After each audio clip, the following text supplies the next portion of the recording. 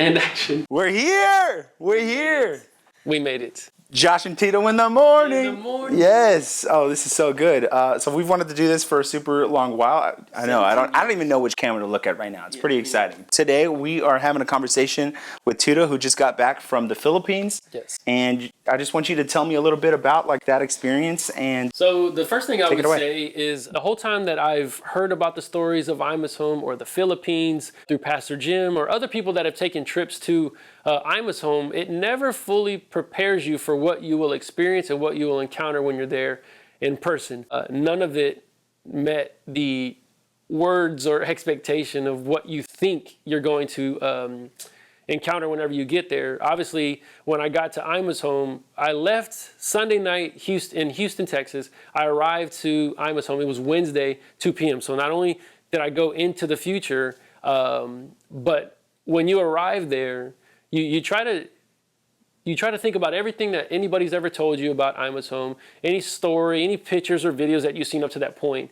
and none of it amounted to what I experienced when I first got off of the van when I approached Imus Home on the property, and 133 kids and probably another 25 to 30 staff, volunteers that had interns there. When they welcomed us there, it was overwhelming to the point to where the way I explained it was what seemed like 3 days. It was really just only 1 day going into the Philippines through travel and jet lag or being exhausted, 26-hour travel day. And what you think is being tired or exhausted, for a moment, it just went away. It no longer existed. The moment I got off that van and I was embraced by 180 people, Filipino people, new brothers and sisters, and nieces and nephews, none of that amounts to what I encountered in that moment when exhaustion, sleepiness, tiredness, even crankiness or being hungry just completely just no longer existed. It was almost like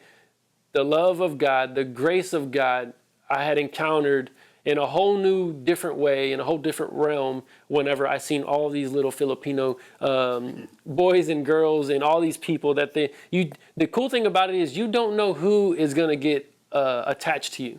You show up there and it's just like all the kids are just taking it all in. You're taking it all in, and next thing you know, you've been hugged by 30 people and you don't even know who hugged you. You didn't know who is calling you uncle already. So it was just a beautiful moment when I first arrived at Imus Home. So all the thought of being tired and thinking, oh, when I get there, I'm just going to go to my room, unpack, go to sleep. I don't even know how my suitcase got in my room that night. I didn't even know what room I was going to stay in. All I knew is that I was present in that moment and that I was surrounded by so much love, and my life in that moment has changed, and it'll never be the same. Well, first off, I'm super excited about this whole series just as a whole. Pastor Tito is such a great orator and like just one of the best people that you want, not only in your life, but also just someone to kind of speak on something such as Imus Home. So thank you again for being here. And I am excited to kind of do more of this in the future. This is going to be so much fun. So how many days were you there? I was there for 10 days total. Yeah. So typically like you lose 2 traveling, 2 going back or whatever. But it was 10 days that I was there, and it felt that I was there for 10 days. So anybody that's thinking about going or praying about going, I would really encourage you to take that 10-day trip. I think 10 days is perfect. I could have did more, but I think 10 days is the perfect. For your first time, I think 10 is great. I never really got jet lagged or anything like that, experienced anything like that. So I think 10 days was good. The flight schedule is kind of weird, but like I said, none of it even matters when you get there. It's harder whenever you leave, of course, but it was an incredible time whenever I was there. So whenever we got there, it was something that a lot of us, or all of us actually, were encountering for the first time at Imus Home. Who all went with you? So it was me, Pastor Jim, Pastor Nancy, Pollard Smith, who goes to Friendswood campus, and Tony Castillo, who used to attend our church at the Houston campus, and now attends another church, but we're still connected with Tony. I know he does a lot of work for the church and things like that for his business. But and then Sister Bobby was there with us too. We were all, except for me, Tony, and Pollard. Sister Bobby was staying there for a month. She actually just recently got back. So Pastor Jim was there for a month. That's awesome. Was there for a month. Pastor Jim was staying for about 3 weeks, and then obviously me, Tony, and Paula were going for 10 days. So our scheduled flights were a little bit different and stuff like that. But that's all who went. There was also, when we got there had already been a church from Oklahoma that was there, that was going to be there for 2 days while we were there. Oh, cool. So it was like they're on their way out, we're kind of on our way in type of thing. So there was probably about 12 of us total adults that were there. And one of the greatest things that I realized when I was there is just how much love those kids have for Papa Jim and Mama Nancy. They're the world to them. It's they know that it's going to be a party whenever Papa Jim shows up. They know that they're going to be treated good. They're always treated good, but Pastor Jim's going to take it a little bit above and beyond maybe their daily expectations. But while we were there, we all encountered something for the first time. Even Pastor Jim and Pastor Nancy, none of us had been there for what they call Sports Fest. So Sports Fest is when they break up all the Imus home children, the older kids, the younger kids, everybody participates and has a part. They all divide the whole entire place into teams. Team Land, Team Universe, that was the theme for the year. They all have their own different colors. What we would kind of consider here in the States more like tribe wars type of thing. There's a color team. There's different activities, different sports, different types of Bible trivia and things where they can earn points. And at the end of the Sports Fest, which is normally 3 days, there's a winner that's announced. And that winner gets the bragging rights. They get all the trophy, the prizes. All of them get prizes and everything. But we were going there and nobody had experienced that. And so I feel like that's one of the most incredible times to go because all the kids are all at one campus a lot of the times. You're going to be around a lot of the kids, not just you're at the girls' campus and it's only the girls, and then you have to go to the boys' campus to be with the boys. Yeah, previously it was like one campus where they were both there, but now all the boys are at the newer campus because they've created like multiple different houses for them. And so it is really cool that you have two campuses because the goal is 300 is what I believe. Right now we're at... The goal is what's already happening. It's growth. And so while we were there, they were actually already marking off new buildings that they're expecting to bring in more kids. The last thing that I saw that they were building, or actually the last update that I saw on Facebook was the basketball court. Did you get to see that? The new one, not the new basketball court was already done. What we had implemented or what we brought to Pastor Jim's vision is he came to us and asked, me, Tony Pollard, when we had breakfast before we left, was I need something for the boys to exert some energy. They have a lot of energy. Sure. And so what we kind of brought, because the basketball court was already there. Did they have the playground? Was no playground. Oh, okay. They had one up last time I went, but I thought they were going to move it. Sorry, go ahead. Yeah, I think they moved the playground because what we implemented was a volleyball court. They didn't have a volleyball court, and they love volleyball. And so what we thought was, how about sand volleyball court? Now, the bad thing is they have a rainy season. When we went, it was rainy season. It rained for the first 6 days that we were there. But what I love is that doesn't stop those kids from enjoying anything. Sure. But we actually, the workers and everything, but we brought the attention. Pastor Jim obviously ordered everything through Sheeny to make it happen. But while we were there, they were actually building the volleyball court. And before we left, they actually were about to be done working on it. And I actually saw a video not too long ago of the boys playing on it and stuff like that. So it was kind of cool to see, to be a part of that, and then to see it come into fruition. And now them obviously playing 40-on-40 volleyball, because that's how it is. They all want to play at the same time. So, but that Sports Fest was just an incredible thing because it was almost like it was catered for the guests. It was catered for the people that were going there because we didn't have to really do anything. Every kid that was there would ask us, Uncle, what team are you on? What team are you going to be on? Or what team are you? They all wanted you to pick a side so they could be like, yes, he's on my team, or no, he's not on my team. So anytime a kid would come up to me and be like, Uncle Tito, like, what team are you on? And I'd be like, what team are you on? And they would tell me Team Land or Team Universe. And I said, I'm going to wear a shirt that has the whole globe on it because I want to be on everybody's team, And they would always try to push me to a corner to be like, no, be on my team. That was always the sweetest thing. But we got to encounter Sports Fest. So if you ever go to Imus Home, I would encourage you, go during Sports Fest because what time of the year was that? September 16th through the 26th is when my trip was, and Sports Fest was the 17th and 18th. They end up cutting it a day short because the weather was too bad the last day. But when we went, that was a perfect opportunity because on day 2, they were already hitting the ground running. For Sports Fest, they had an opening ceremony where each team had their own dances and all the kids are involved. The older kids and the younger kids, they're all dancing and they know how to dance and they know how to sing at Imus Home. They really do. It's a sport at Imus Home. In the Philippines, it's a sport. Singing and dancing, everybody does it. And there's no being embarrassed to do it. It's just like, I'm trying to outdance you. Like, you dance good, I want to dance better than you. Or you sing good, I want to sing better than you. So to me, that's what they need to do, is just implement like a karaoke session for Sports Fest next year and just see like what team sings the best or has the best routine. But man, while we're there and the opening ceremony of Sports Fest is there, you could just see the love and the joy in Pastor's eyes. I'll never forget, just because we're all experiencing it for the first time. And obviously he's been there to the Philippines for so many years, with Imus Home for so many years, and he's experiencing something new. So it's very not often where you're going to experience something new all for the first time, especially if you're Pastor Jim. But us being able to be there, but I remember looking over and just seeing his face and just awe and just excitement and love and amazement for those kids and just how talented they are, how smart they are. They can just grab something so quickly and just learn and adapt to it. But man, being there during that Sports Fest was just incredible because the opening ceremony, it was almost like God gave us a time where the rain wasn't going to be there so they could all do their dance routines and their opening ceremony. Yeah. And so I'm literally not even 5 minutes after the last team did their last opening ceremony dance, it literally starts pouring down rain. Oh. Which was sad because of course the boys, their favorite part was right after the basketball tournament was starting. And so they had tents and everything out there to cover the rain, but it was raining so hard. But I'll never forget. All this is on the newer campus. All this was happening at the girls' campus, the original campus. Gotcha. Yeah, the original campus is where all this was happening because of the big open area and everything like that. So while we're there and it starts pouring down rain after the opening ceremony for Sports Fest, I thought, because like how our minds go here, and I kind of got convicted a little bit, was like, oh, you think that they're going to cancel this? You think the one event that they look forward to the most at the end of the day, you think they were going to not go through with it? I thought maybe, okay, they might postpone it, or you know what, they might have to cancel it or whatever. But no, literally in the pouring down rain, these Filipino boys are playing basketball, and they're playing Filipino basketball. They don't stop. They're just chung, chung, chung, chung, chung, like Speedy Gonzalez. They don't stop and pause and slow the game down like we do here.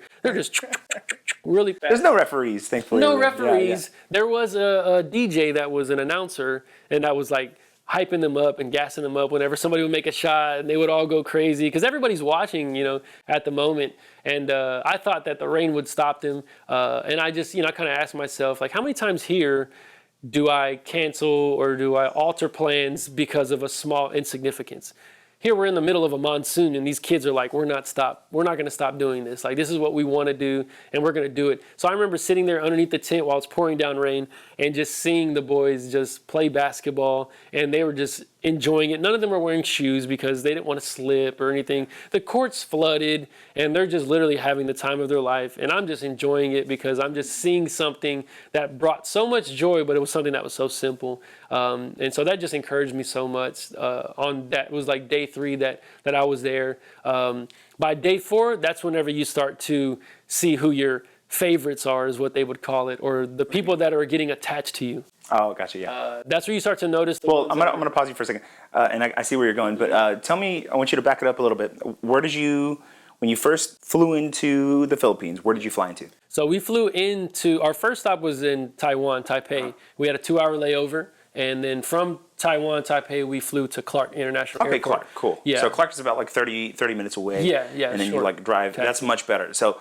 the first time I flew into Manila, the second time Clark. Manila is cool because you get to see like the big city, what that looks like, and then did you get to go to Manila? We went to Manila one day. Yeah, we went to the U.S. Memorial. Cool. That's a sweet memorial. Yeah, that's sweet. Awesome. Okay, well, cool. So you Clark and then into the city. That's awesome. That's like a 30-minute drive. Super pleasant.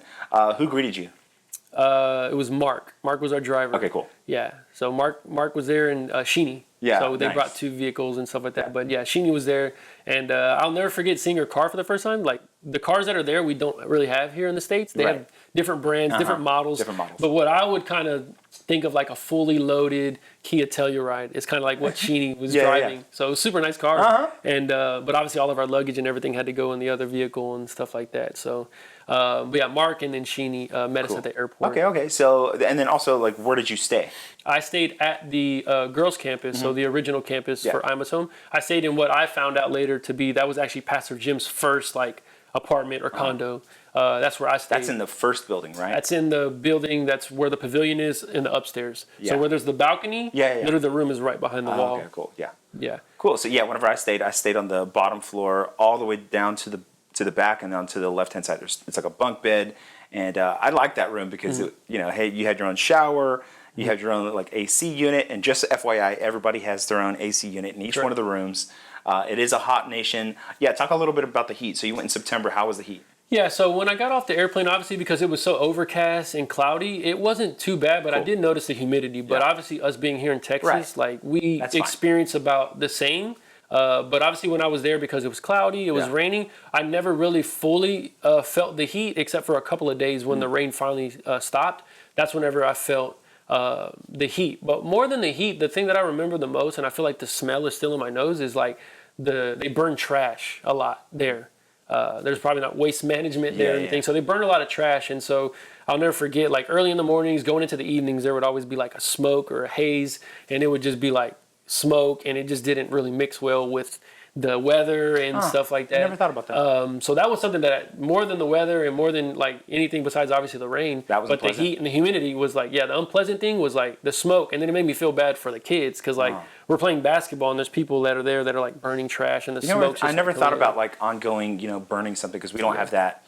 We don't have that here. Like our trash is obviously a different system.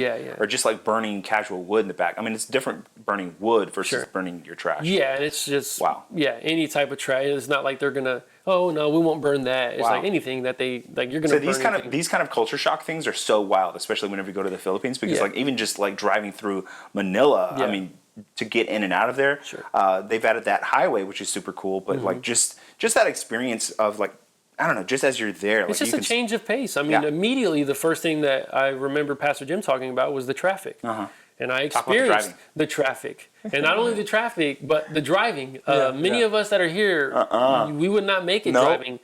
Sheenie told me one morning, hey, Brother Tito, you could take the car and y'all can drive into the city and right there in Pampanga and, get some breakfast or whatever. And I'm just like, I'm not driving in this because there's no street lights. There's no street lights. And there's nothing but people on little motorcycles with the Batman and Robin carriage right beside it. What is that called? Sidecar. With 14 people on it. And the thing that's different is here, whenever you're at a stop or like a two-way or four-way stop, usually somebody has the right of way. The person that's coming on traffic, if I'm the one that stopped, I need to be aware of their movement. Over there, it's like, no, like if you're gonna try to get over and turn into a lane and there's oncoming traffic, it's the responsibility of the people that are driving on the other side to know that, hey, you're sticking your nose out. So off the record, I'm pretty sure we hit somebody, bro. Like I'm pretty sure somebody that was driving in a motorcycle. There's two cars here. We're here. There's another car here. A motorcycle drives right in between us, and I'm pretty sure he hits his helmet on Sheenie's. Oh my gosh! Like I have a picture of a motorcycle and a sidecar. The sidecar has like a cage built around it, and like the back half is like open, and there's pigs sticking their head out, like just regular transportation. Not only that, but then also I was going to say the ugliest driver that we have here in America is still way better than how it is over there. You have no space. The space that you feel like you need to have, like just driving in Houston. And I feel like Houston obviously is pretty aggressive. The mentality of Houstonians is very like, hey, I need to go. They honk horns nonstop over there. But it's not like what we would expect. When we honk a horn over here, people flip each other off. People are ready to fight. Road rage happens. Over there, honking the horn is just like, hey, I acknowledge you. It's not times 10. It's times 20. Just being right here, and then the people that are like driving around you. Like if you stop for a hair of a moment, you're gonna have like 5 vehicles going past you. And it's just crazy. And you would think, okay, at nighttime it's going to slow down. No, at nighttime it doesn't matter. There's no street lights. There's no traffic lights. They literally have a flashlight on their little moped car, and it's just like, what's going on? That was a big culture shock for me. But definitely the weather obviously was not so bad when we were there because it was the rainy season. But I know from what I've heard, being there during the summer or the hot season it gets pretty hot. Nobody gets outside until after 4 or 5 p.m. Because it's just too hot. And that sun is crazy. During the Sports Fest, when it wasn't raining, the only time that it wasn't raining, I got sunburned. So just to give you an idea, that 30, 40 minutes where it wasn't raining while they were doing their dance routines, I was wearing shorts, and I'll never forget, like that night, I remember looking down and seeing I had got sunburn all on my thighs. So it's closer to the equator, and the sun is, So the first time I went, we stayed, it was before the shift where all the guys went to the secondary campus, and it was a team of us, it's such an amazing team. We stayed in one of the newer buildings, brand new buildings, state of the art. So, I mean, I enjoyed being over there and I enjoyed being with the team. But like the second time that I went, this last time, I asked Pastor, hey, can I stay on campus with the kids? Because I felt like so much of my time was so much more valuable just spending like the waking hours with the kids, just breathing, living and breathing with them. I'm talking about like waking up in the morning, eating the stuff with them. And then that's the time that you can kind of see, I don't know, just be more supportive and then being there to listen in on troubles. Yeah. So I love that you got, first time there, you got to spend like boots on the ground right there in their space. Yeah. Talk about some of the experiences that you had that you got to share some like, valuable moments in the kids' lives. Yeah, so obviously, we stayed at the girls' campus, and obviously, like me and Pollard, being fathers, I have a daughter, Pollard has a daughter, and so it was it wasn't like it was easier, but it was something that was natural for us, obviously, staying at the girls' campus. It would have been a lot easier for me to stay at the boys' campus because just the relatability that obviously I have with, like my son or whatever, but I'm a girl dad, so like I have a heart because my daughter has changed my life and my heart, and she has me wrapped around her finger.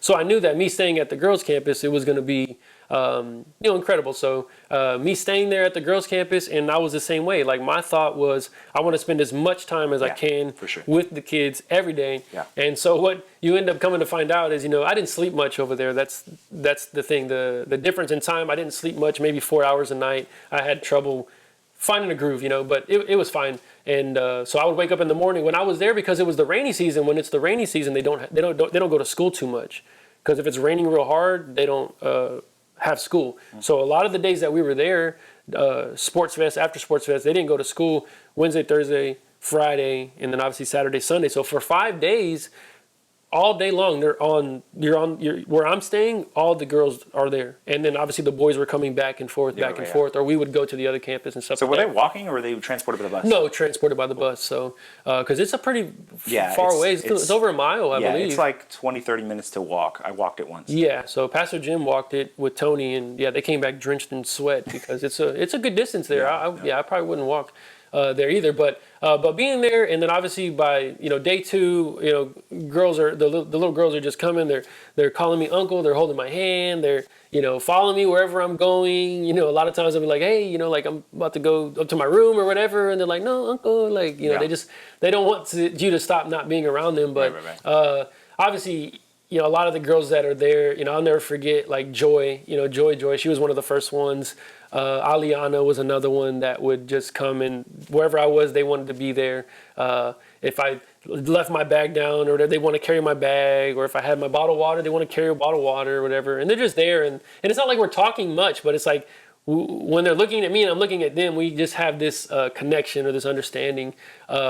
And then by the next, day after that, there's probably 20 or 30 of the girls that are just, everywhere you go, they're just hanging out with you and talking and stuff like that. And it's just super sweet. But, one of my favorite moments or my memories was one of the nights, we were gone all day. We went to the mall, we went to go eat. And when we came back, it was already dark. And I remember when we got there, they were all waiting for us to get back from being gone or whatever. All the girls were there and stuff like that. Some of them were in the computer room and everything. And I'll never forget that night, Pollard, I think, wasn't feeling well. Tony was kind of tired, so they went up to the room.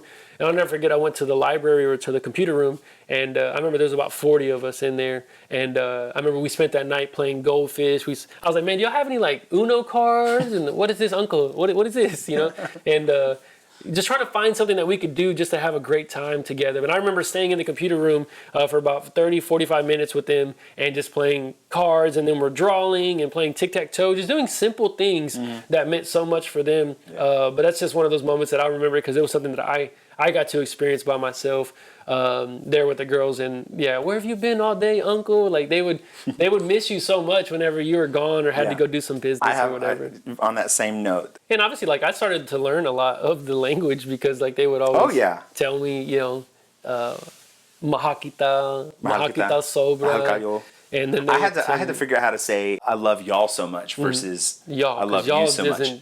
No. I mean, I just mean like a group. I love you guys so much more so than just direct for individual. Because some of the the little girls would get hurt. Yeah, you love her, but you don't love me. Yeah. And then like good morning, good night. Oh, here it is. Yeah. You need to hurry because because we want to spend time with you. Yeah, that's Hurry up because we want to spend time with you. hurry up. I was like, yeah, it was almost like hurry up, but take your time. But yeah. like, Well, take she your time, didn't say it hurry like up. she didn't say it like that, Yeah. but that was the message, and just so sweet. Yeah, but I think definitely staying there on campus is just that's a treasure in itself, because you're there every day. You're with any of the kids that you want to be with. You're eating the food with them, and they want you to try everything and stuff like that. Obviously, Sheenie too. You know, Sheenie is a really incredible. good cook. She's awesome. So yeah, Sheenie's the real deal. One of my favorite things Sheenie said was that, I think it was at her birthday party. It was Sheenie's birthday. There was a party every night that I was there. Yeah. But one of the things that Sheenie always encourages the kids with, it's kind of like her tag or sign off line, is the world is waiting for you. Like, go change it. You know, like, go change the world because it's waiting on you. And she's like speaking that to all these kids, you know. And I just thought it was like an encouragement for what God speaks over all of our life. And not only in my personal life, I don't want to just say it's just for me, but I grabbed it because when she said that, it was like, we have an opportunity to do that, you know. And what we'll learn later on in these episodes is, you know, the kind of walk through what the church service looked like, the opportunity that I had to be able to preach and to speak into the kids' lives, the wrestle of what do I preach to a group of kids that haven't stopped preaching to me since I've arrived at Ima's home, and how the sleepless nights, how I believe God really downloaded something for me to be able to speak over Ima's home. And yeah, I'm looking forward to being able to share that, what that experience looked like, how they worship God differently, and just the treasure that I felt when I was there being surrounded by all of those kids. So that's what we'll do next time. So I'm excited for that. So maganda gabi, mahakita sobra. Yeah. I hate that we're having to close this down, but something to look forward to. Like you said, the goal with these videos is really to get these conversations out. I feel like the times that I came home and I would sit down with my family and I would show them all these videos and kind of give them the stories that we haven't even gotten into, you know, yet. The individual stories of of your interactions, but also their stories. Oh my gosh, there's so much life that nobody knows over here unless you go over there. It's the busyness of life. It's the busyness and pace here in America, because there's things that I encountered there that I haven't even been able to share with my wife. And that's a testimony of just the different pace over there compared to the different pace of life over here. I mean, here it is, you know, I came back on the 26th of September, and here we are. It's almost a full month since I've been back, and there's still stories and things that I encountered that not even I've had the opportunity to be able to share to my wife or close friends or people. So all those things are locked and loaded in my heart, you know. So I think this is a great opportunity, and not only just for me, but for so many other people that experience For sure. So I honor you for doing this, man, because I think it really is going to change the perspective of people and how they feel about Ima's home, and then it gets the truth of the stories of the kids that are there. It gets it out, and it allows them to see how incredible these kids are. It feels like it's a short while, but we're here for a long while. So, you know, there's a lot more to talk about. There's so many kids and interactions and things that we've experienced already that we could talk about, and the ones that are still to come. Because I'm going back. You're going to go back. I'm going back in February. Actually, not just myself, but myself, my wife, my son are going. Jeez, they're already like Tate pumped up. They're gonna. Oh my gosh. Anyways, it's gonna be an amazing time. I can't wait for them to go. And it's honestly, Life Church is called your family, right? That's your church family. This is another family that you haven't spent time with. So it's really cool having, you know, going back at different times, because you just kind of pick up where you left off. It's it's just like seeing your family at Christmas time that you don't see throughout the year because, you know, life's craziness. And so I just love that, you know. And I feel like this is something that you kind of touched on earlier. And this will be the last thing. It's awesome to kind of see the growth of the children. In the beginning, they would leave, or Pastor Jim would leave and, you know, go tend to his stuff in America. And obviously there's that hurt that they get when someone leaves their company, right? But obviously, you know, Pastor Jim is such a great father, such a great leader. He, you know, coming back then and again and again and again, but then also like the addition of the second campus and all the growth. You just see the confidence come out in these children, knowing that they, oh my God, they're in such an amazing place and in a different kind of family, but an amazing family. And so cliche, but so true. The future is so bright for the kids of Ima's home. I'm excited for this next chapter of whenever these kids, you know, graduate, go to school, and then start like pouring back into the ministry. I mean, it's awesome. He's building the structure for longevity for Ima's home. Like he's building the next Sheenies. He's raising up the next Sheenies. He's raising up, you know, the next leaders or pastors for Ima's home. It's there. It's already there. in the culture, and yeah, the sky's the limit. Like there's no stopping. I'm just thankful for some reason, like God's allowed us to come and be a part of that, you know, and it's something that I won't ever forget. Yeah. And I won't take for granted, you know, and I think I speak for everybody that's encountered Imus Home that you never will. For sure. Never will take it for granted. So. For sure. Guys, I love you. We'll see you next time. Mahal kita. Mahal kita sobra.